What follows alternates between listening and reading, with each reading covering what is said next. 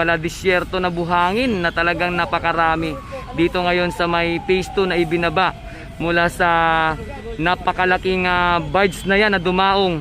Ay mga ka-idol, oh.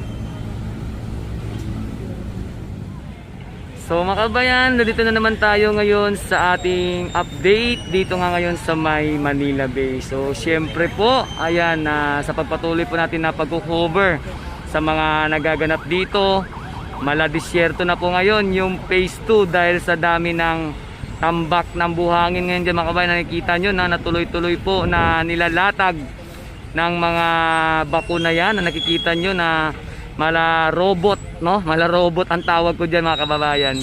So syempre po yung atin namang kino-cover ngayon, no, yung maladisyerto na buhangin na talagang napakarami dito ngayon sa may phase 2 na ibinaba mula sa napakalaking barge na yan na dumaong. Ay mga ka-idol, oh.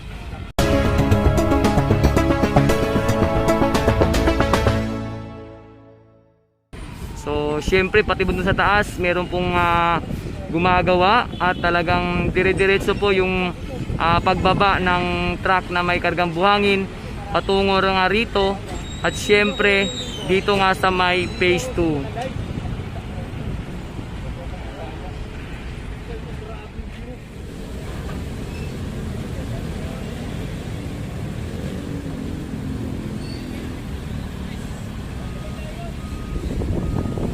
Nakikita niyo mga ka-idol, no, yung truck na yan na talaga naman dire-diretso sa pagbaba ng buhangin. So syempre po talagang ito po ang ating proyekto dito ng Build program sa suporta po ng ating mahal na Pangulo. Siyempre pati natin yung ating mahal na Yorme Isko Moreno. Ayan, talaga namang tuloy-tuloy lang mga kabayan. At siyempre nakikita na natin yung unti-unting paglitaw at talagang tuloy-tuloy na paganda na ng ating Manila Bay.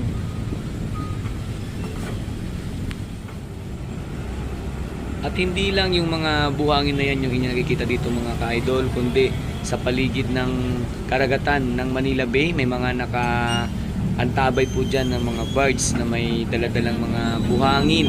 So itong malaking barge na to na mala Titanic na ating nakikita, no, yung tawag nga ng ating mga kasamang kapwa vloggers dito.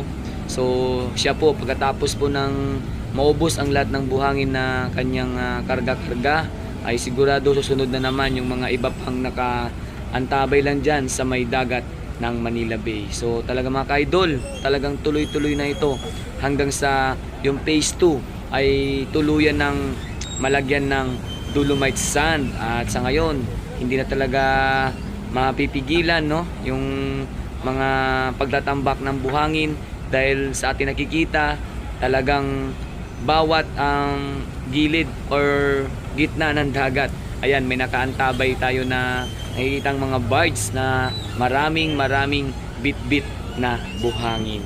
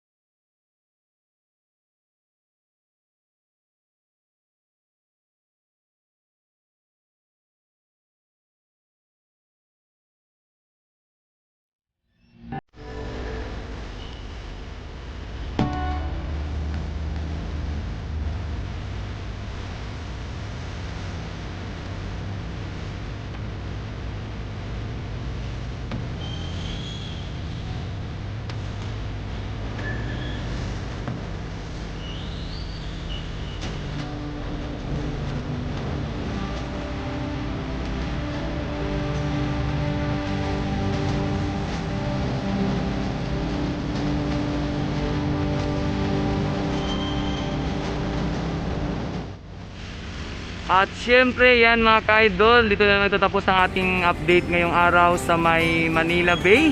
At syempre patuloy nyo pong subaybayan at antabayanan yung ating mga susunod pa na mga update dito nga sa aking YouTube channel. Sa inyo lahat ng mga ka-idol ko dyan, maraming salamat sa palagi nyo suporta sa aking YouTube channel. Syempre, isang maganda at mapagpalang araw sa ating lahat. So mga kababayan, mga ka-idol, ito nga pala si Daddy D. At salamat sa mga nag-like and subscribe sa aking YouTube channel. Sa lahat po, ingat po tayo palagi at siyempre more power and God bless us all.